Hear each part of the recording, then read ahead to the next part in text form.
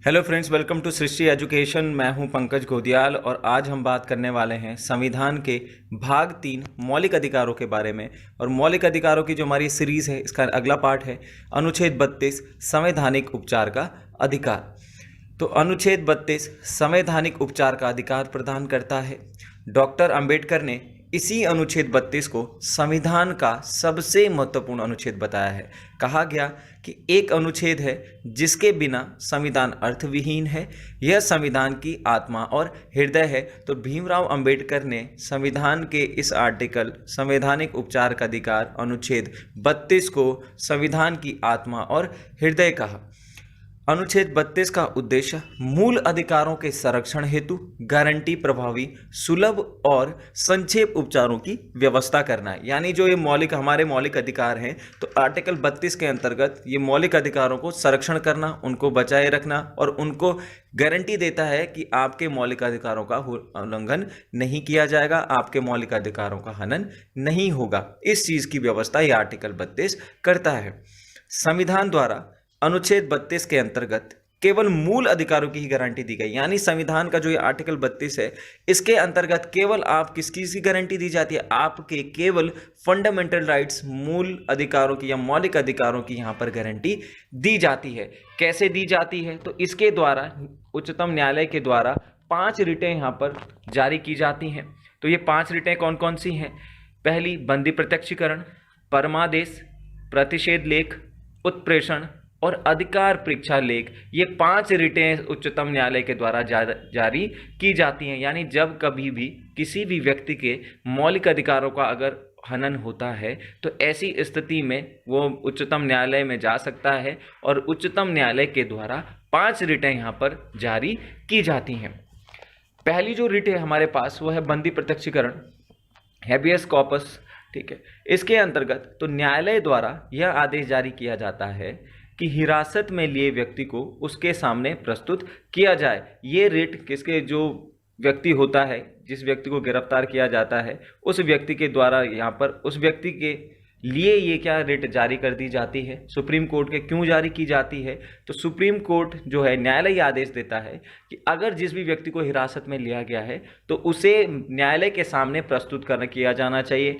और क्यों प्रस्तुत किया जाना चाहिए? तो किसी भी व्यक्ति को जबरन अवैध तरीके से हिरासत में नहीं लिया जा सकता। यानी ये देखने के लिए अपने सामने प्रस्तुत करने को कहा जाता है न्यायालय के द्वारा कि ये पता लगाया जा सके कि जो व्यक्ति की गिरफ्तारी हुई है, क्या ये तरीका सही था? क्या कोई अवैध तरीके से तो नहीं है? क्या कोई गलत तरीके से तो नहीं किया गया इसको, या ज़बरदस्ती इसको अरेस्ट किया गया है? इन सब चीज़ों के बारे में जांच करने के लिए न्यायालय उस व्यक्ति को अपने सामने प्रस्तुत करने का क्या देता है? आदेश देता है।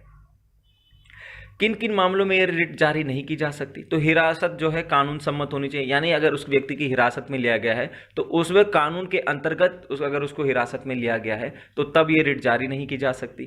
दूसरा, कार्यवाही किसी विधानमंडल या न्यायालय की अवमानना के तहत हुई हो। ठीक है, या उसको जो गिरफ्तार करने की जो कार्रवाई है, तो किसी विधानमंडल या न्यायालय की अगर उसने कोई अवमानना की हो, तो ऐसी स्थिति में भी जारी नहीं किया जा सकता। हिरासत न्यायालय के न्याय क्षेत्र से बाहर हो। यानी जो हिरासत है वो न्यायालय के न्याय क्षेत्र से अगर बाहर है, ठीक है, तब भी वो इसको जारी नहीं कर सकता। यानी इसी कोई न्यायालय है, वो इसको जारी नहीं कर सकता अगर उसके न्याय क्षेत्र से बाहर है। न्यायालय के द्वारा हिरासत में, जब उस व्यक्ति को, गिरफ्तार व्यक्ति को न्यायालय के द्वारा ही बोलकर उसे हिरासत में लिया गया हो, तब भी ये रिट जारी नहीं की जा सकती है। अगली जो रिट है हमारे पास, वो है परमादेश। ठीक है, मैंडमस कहा जाता है, शाब्दिक अर्थ होता है आज्ञा देना। ठीक है, तो इसे न्यायालय द्वारा सार्वजनिक अधिकारियों को ही जारी की जाए। सार्वजनिक इकाई और जो अधिकारी होते हैं, सरकार से संबंधित जो अधिकारी होते हैं, उनको जारी किया जाता है।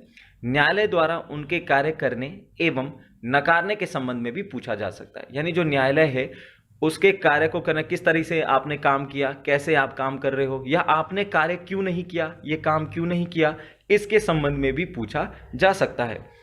अधीनस्थ न्यायालय या प्राधिकरण, सार्वजनिक इकाई, निगम को भी ये जो रिट है, ये जारी की जा सकती है। सरकार के खिलाफ समान उद्देश्य के लिए जारी किया जा सकता है। यानी सरकार के खिलाफ भी इसको जारी किया जा सकता है, लेकिन उसका उद्देश्य सामान्य होना चाहिए, उसके लिए भी जारी किया जा सकता है। अगली जो रिट है हमारे पास, वो है प्रतिषेध लेख। प्रतिषेध लेख का मतलब शाब्दिक जो अर्थ है वो होता है रोकना, किसी को रोकना।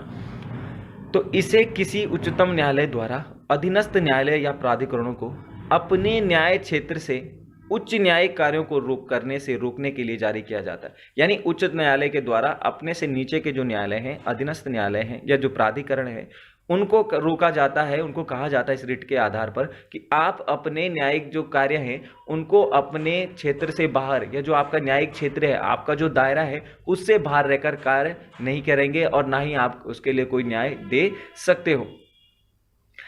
इस रिट का उद्देश्य अवर न्यायालयों को अपनी आधिकारिकता की सीमा में रहने के लिए बाध्य किया जाता है। यानी जो वो न्यायालय हैं, वो प्राधिकरण हैं, वो अपनी आधिकारिक, जो उनकी आधिकारिक सीमाएं हैं, जो दायरे हैं, ठीक है, अपने आधिकारिक दायरे में ही रहें और अपने जो आधिकारिक जो लिमिटेशन है उन लिमिटेशन में रहकर ये बाध्य करता है, ये रिट उसको बाध्य करती है कि आप अपने अधिकार क्षेत्र में ही रहें।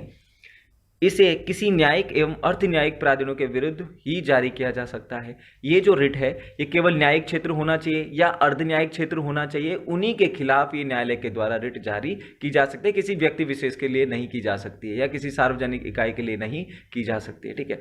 प्रशासनिक, विधायी, प्रशासन का मतलब एडमिनिस्ट्रेटिव, जहाँ पर काम होता है, विधायी या निजी एवं व्यक्तियों के खिलाफ ये उपलब्ध नहीं की जा सकती, केवल न्यायालय के द्वारा अपने अधीनस्थ न्यायालयों को ही क्या की जाती है, जारी की जाती है। अगली जो रिट है हमारे पास वो है अधिकार परीक्षा लेख। ठीक है, क्यो वारंटो। तो अधिकार परीक्षा रिट लोक पदों को हथियाने के विरुद्ध शक्तिशाली उपकरण है। जिस व्यक्ति के विरुद्ध दायर की जाती है उस व्यक्ति को यह सिद्ध करना होता है कि लोक प्रकृति का पद किस हक से धारण किए हुए। यानी अगर ये रिट जब जारी की जाती है तो किसी व्यक्ति विशेष के लिए की जाती है कि उसे साबित करना होता है कि उसने जो ये पद है, जो ये लोक प्रकृति का पद है, किस तरह से धारण किया। एग्जाम्पल के लिए अगर मैं आपको बताऊं, तो मान लीजिए दो व्यक्ति हैं ए बी। ए जो है पढ़ने में बहुत अच्छा है, बी जो है पढ़ने में थोड़ा सा कम है। एक एग्जाम होता है और जो बी कम पढ़ने वाला जो छात्र है वो नौकरी ले लेता है और ए वाला क्या है, वो नौकरी नहीं ले पाता। ठीक है, तो तब ए के द्वारा ये बी को ये रिट जारी की जाएगी कि बी को ये बताना पड़ेगा कि जो ये पद है आपने किस तरीके से लिया है। ठीक है, आप तो कम पढ़ने वाले थे, ठीक है, तो आपने किस तरीके से ये लिया है, तो इस तरीके से ये रिट जारी की जा सकती है। आपको लोक प्रकृति का जो पद है किस हक से आपने धारण किया है ये सब बी को बताना होगा। अन्य चार रिटों के विपरीत इसे किसी भी इच्छुक व्यक्ति द्वारा जारी किया जा सकता है, न कि पीड़ित व्यक्ति के द्वारा। तो जो बाकी की चार रिटें हैं हमारे पास, उनमें आप क्या कर सकते हो, किसी इच्छुक व्यक्ति के द्वारा जारी की जा सकती है, आप पीड़ित व्यक्ति उसको जारी नहीं कर सकते। यानी इससे पहले की जो चार रिटें हैं वो पीड़ित व्यक्ति के द्वारा वहाँ पर लगाई जाती हैं, लेकिन जो ये अधिकार परीक्षा लेख है ये किसी भी इच्छुक व्यक्ति के द्वारा किसी के खिलाफ भी लाई जा सकती है। इस रिट को सार्वजनिक कार्यालय के मामलों में तब जारी किया जा सकता है जब उसका निर्माण संवैधानिक तरीके से किया गया हो। इसे निजी या मंत्रित्व कार्यालय के खिलाफ जारी नहीं किया जाता। यानी कोई मंत्रित्व कार्यालय है जहां पर मंत्रित्व के संबंधित कामकाज होते हैं, उनके खिलाफ भी जारी नहीं किया जा सकता है। ठीक है, अगली जो हमारे पास अंतिम रिट है वो है उत्प्रेषण। प्रमाणित या सूचना दे, शाब्दिक जो अर्थ है इसका प्रमाणित होना या सूचना देना।